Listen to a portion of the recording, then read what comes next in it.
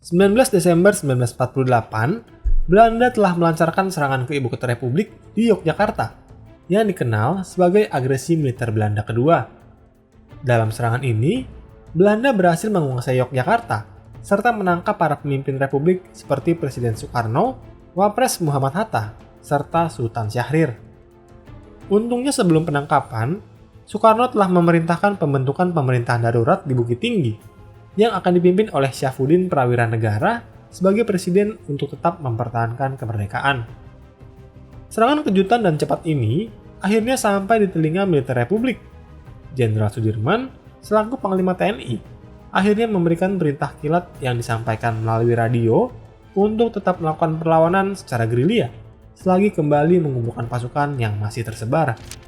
Selama 1 bulan pasca serangan, TNI menyusun strategi untuk melawan balik, dengan harapan mampu memberikan pukulan kepada Belanda setelah mereka menyatakan bahwa Republik sudah tidak lagi ada.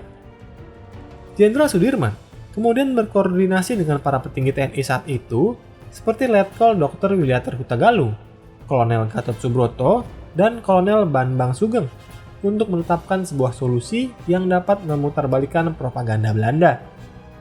Solusi yang kemudian disepakati adalah diadakannya serangan besar-besaran kepada Belanda karena perlunya untuk memperlihatkan kepada dunia bahwa Indonesia masih ada dan terus melawan para penjajah yang ingin mengambil kedaulatan mereka. Dalam diskusi, Yogyakarta kemudian ditetapkan sebagai target utama dalam serangan ini. Hal ini tidak terlepas dari nilai historis, di mana sebelumnya Yogyakarta adalah ibu kota dan adanya stasiun pemancar radio Auri untuk memberitakan kabar kepada para pejuang lain di Nusantara mengenai perlawanan tersebut. Delegasi dari UNCI dan pengamat militer PBB juga diketahui sedang menginap di Hotel Merdeka, sehingga hal ini menjadi keuntungan karena tentu penyerangan akan diliput dan disaksikan oleh dunia. Serangan pun dilakukan pada 1 Maret 1949 pada pukul 6 pagi. Namun pada malam hari sebelum serangan, pasukan Indonesia sudah mendekati kota Yogyakarta dan sebagian kecil mulai menyusup ke dalam kota. Setelah tanda diberikan, TNI lalu menyerang seluruh pasukan Belanda yang mereka temui di penjuru kota. Penyerangan di sektor barat sampai Malioboro dipimpin oleh Letkol Soeharto. Sektor timur dipimpin oleh Vence Sumual, sektor selatan dipimpin oleh Mayor Sarjono, dan sektor utara dipimpin oleh Mayor Kusno. Sedangkan untuk sektor kota dipimpin oleh Letnan Amir Murtono dan Letnan Masduki. Namun tak hanya memfokuskan serangan di Yogyakarta, serangan juga dilakukan di Surakarta. Hal ini dilakukan agar bisa menahan tentara Belanda untuk memberikan bantuan ke Yogyakarta. TNI pun berhasil menduduki kota Yogyakarta selama 6 jam, sampai akhirnya tepat jam 12 siang, seperti yang sudah ditentukan dan disepakati, seluruh pasukan mundur dari kota dan membiarkan bantuan Belanda yang datang dari Magelang tiba dan mengamankan keadaan. Pasca serangan, diketahui 6 orang dari pihak Belanda tewas dan 3 diantaranya polisi, serta 14 orang mendapatkan luka-luka. Sedangkan dari pihak Indonesia, diketahui sekitar 300 prajurit dan 53 polisi tewas dalam serangan ini. Serangan 1 Maret tentu berdampak signifikan terhadap eksistensi Indonesia di mata dunia internasional. Serangan ini membuktikan klaim Belanda bahwa Indonesia sudah lemah adalah salah, karena Indonesia masih mampu melakukan perlawanan. Berita ini bahkan tersebar ke radio internasional, yang kisahnya bahkan menjadi headline berita di berbagai media cetak. Tak lama setelah serangan umum di Yogyakarta, serangan lanjutan juga dilakukan di Surakarta.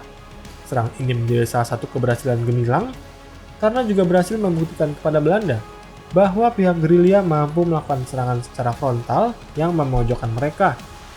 Bahkan nantinya menjadi sebuah daya tawar yang besar saat KMB dilakukan pada 23 Agustus 1949 mendatang. Nah, sebelum Mimin akhiri kisah video kali ini, terdapat sebuah cerita menarik tentang jalannya pertempuran pada serangan umum 1 Maret.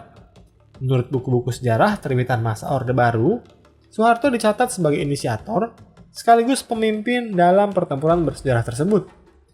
Namun itu semua berbanding terbalik dengan kesaksian yang diberikan oleh Abdul Latif, seorang anak buah Soeharto dalam pertempuran tersebut.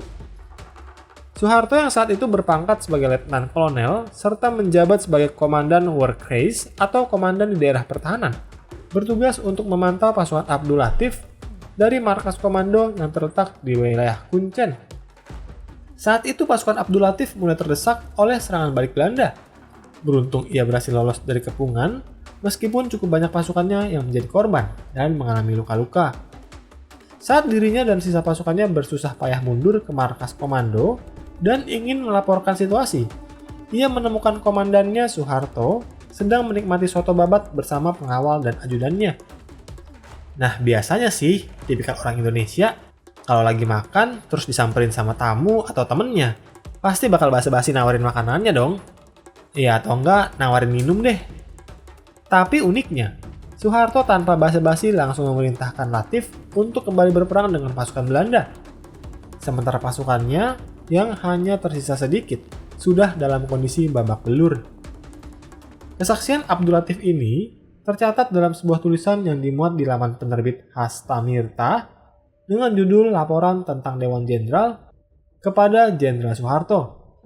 Selain itu, laporan tersebut juga tertulis dalam buku tulisan M.R. Siregar yang berjudul Tragedi Manusia dan Kemanusiaan.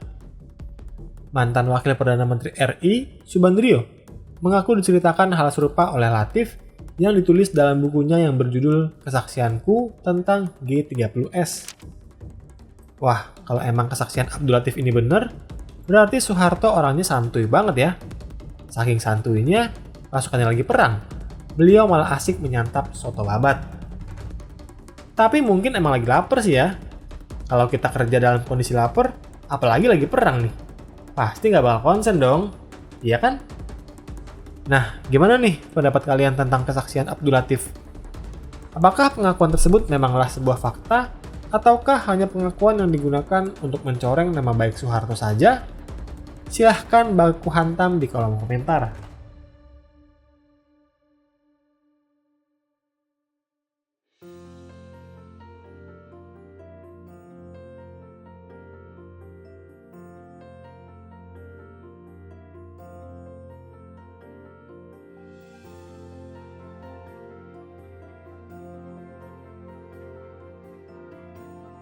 Hai, terima kasih sudah menonton dan belajar sejarah bersama Inspek History. Jangan ragu untuk berikan komentar, like, dan bagikan bila kamu merasa konten ini bermanfaat.